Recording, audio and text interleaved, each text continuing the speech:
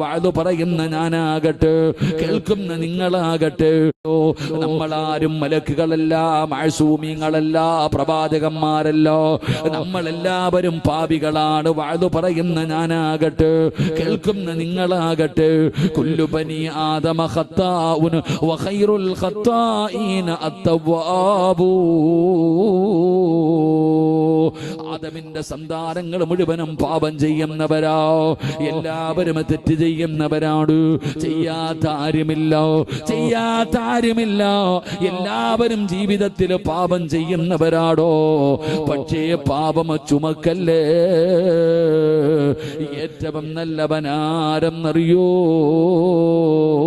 ചെയ്തു പോയ പാപം അല്ലാഹുവിനോട് ഏറ്റു പറയുന്നവനാണെന്ന് ആദരവായ പ്രവാചകൻ നബി മുഹമ്മദ് മുസ്തഫ സല്ലല്ലാഹു അലൈഹി വസല്ലമ തങ്ങൾ പറയുകയാണ്, ജീവിതത്തിൽ വന്നു പോയ പാപങ്ങൾ മുഴുവനും പടച്ചറപ്പിന്റെ മുമ്പിൽ ഏറ്റുപറഞ്ഞ് തൗബ ചെയ്തിട്ട് വേണം നടക്കാറ്. അതുകൊണ്ട് വഅദ കേൾക്കാമെന്നവരോട് പറയുകയാ, വന്ന പിഴവുകൾ മുഴുവനും ഇന്ന് തന്നെ പടച്ചറപ്പിനോട് പറഞ്ഞുകൊണ്ട് പൊട്ടിക്കരഞ്ഞ് തൗബ ചെയ്യട്. എന്റെ പ്രിയപ്പെട്ട സഹോദരാ, ചുമന്നുകൊണ്ട് നടക്കരുത്. കാരണം മരണം എപ്പോ എവിടെ വെച്ചാണ് കടന്നു വരുന്നതെന്നറിയില്ലല്ലോ. അതുകൊണ്ട് നിങ്ങൾ തൗബ ചെയ്യടോ, അല്ലാഹുവിലേക്ക് പശ്ചാത്തപിച്ച് മടങ്ങടോ. എന്റെ പ്രിയപ്പെട്ടവരെ, തൗബയ്ക്ക് കുറവൊന്നുമില്ലല്ലോ. തൗബ എന്ന് പറഞ്ഞാൽ എന്താണെന്ന് പോലും നമ്മളിൽ പലർക്കും അറിയില്ലല്ലോ. 27-ാം രാവിന്റെ രാത്രിയിൽ മാത്രം ചെയ്യാറുള്ള ഒരു സാധനമാണ് തൗബ എന്ന് കരുതി നടക്കുന്നവരുണ്ടല്ലോ. ഇല്ല സഹോദരാ, തൗബ എന്ന് പറഞ്ഞാൽ എന്തെന്നറിയോ? എന്റെ പ്രിയപ്പെട്ടവരെ, എല്ലാവരും തൗബ എന്ന് പറഞ്ഞുകൊണ്ട് പടച്ചറപ്പിനോട് ദുആ ചെയ്യാറുണ്ട്. ഒന്നും അല്ലാഹു സ്വീകരിക്കുന്നില്ലടോ. എന്റെ പ്രിയപ്പെട്ടവരെ, തൗബ എന്ന് പറഞ്ഞാൽ എന്തെന്നറിയോ? പറയുന്നത് ഒരു വാക്കാണോ? അതിൽ ഇഖ്ലാസ് വേണം ചെറുപ്പക്കാരാ. മണിക്കൂറുകൾ നിലവിളിച്ചുകൊണ്ട് ദുആ ചെയ്യണമെന്നില്ല. പറയുന്നത് ഒരു വാക്കാണെങ്കിലും ഇഖ്ലാസ് വേണമടോ. മനസ്സിലാകാൻ ഒരു ചരിത്രം പറഞ്ഞു തരാ. എങ്ങനെയാണ് തൗബ ചെയ്യേണ്ടതെന്നറിയോ? മഹാനായ സയ്യിദുനാ ഉമർ ഇബ്നുൽ ഖത്താബ് റളിയല്ലാഹു തആല, ഉമർ തങ്ങൾ രാജ്യം ഭരിക്കുക. ഖലീഫ ഉമർ തങ്ങൾ, ഉസ്താദ് ഖലീഫ് ഉമർ തങ്ങളുടെ ചരിത്രമൊക്കെ പറഞ്ഞിട്ടു. ഉമർ തങ്ങൾ രാജ്യം ഭരിക്കുന്ന സമയത്ത് ഓഫീസിനകത്തിരിക്കുക.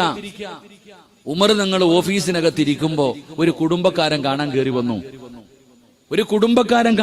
വന്നു. ഇയാള് റൂമിനകത്ത് കയറിയിട്ട് ഇറങ്ങി പോണില്ല, ചുമ്മാതെ കാര്യം പറഞ്ഞുകൊണ്ടങ്ങ് ഇരിക്കുക.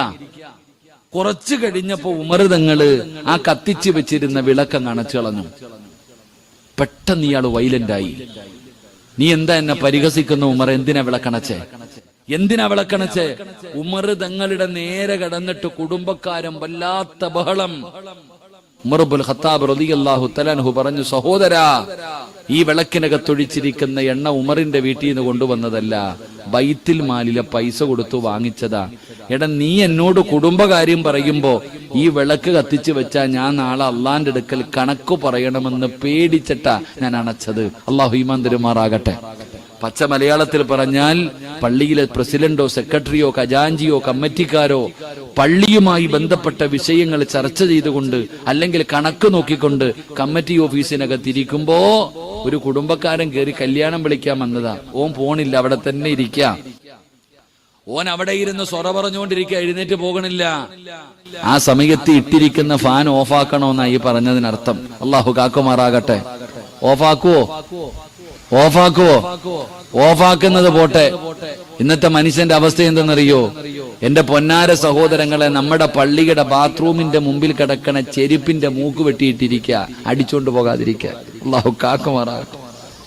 എവിടെ